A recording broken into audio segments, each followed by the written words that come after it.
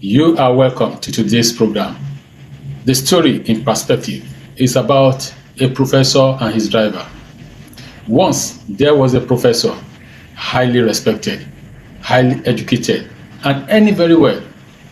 He had a driver who took him everywhere.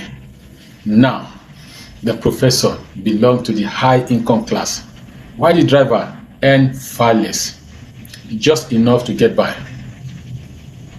Naturally, the professor carried bigger responsibility, social status, expectations, and lifestyle.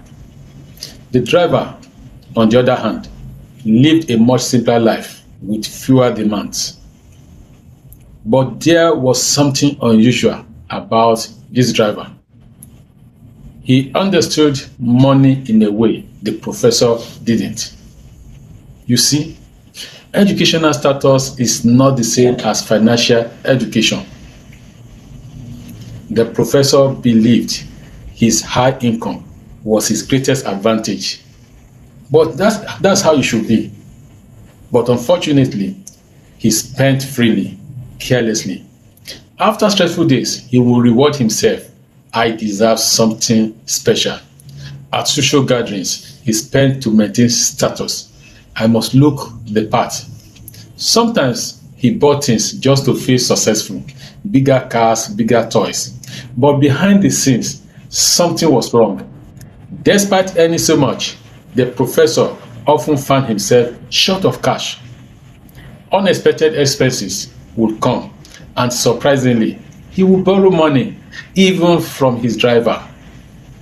Yes, the man who earned far less had more financial stability. But the professor never paused to learn. He kept spending, unaware that his decisions were emotional, not logical. But the driver, he has learned financial education early, maybe coupled with the fact that he earns lesser. Then came the turning point for the professor. One day, the driver invited the professor to a small celebration. With curiosity and perhaps a little pride, the professor attended. To his shock, the event was held in the driver's newly completed home. A modest house, yes, but fully built and owned by the driver. Paid for, the professor stood there in silence. This man, with a fraction of his income, had achieved what he had not even started. Not even a single block had been laid for his own house. That moment broke something inside him. Not his pride alone, but his illusion.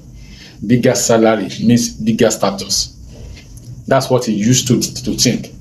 For the first time, he realized it's not how much you earn, it's what you do with what you earn that is very important in life.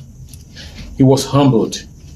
The professor pulled the driver aside and said, "Please, teach me, how did you do this?"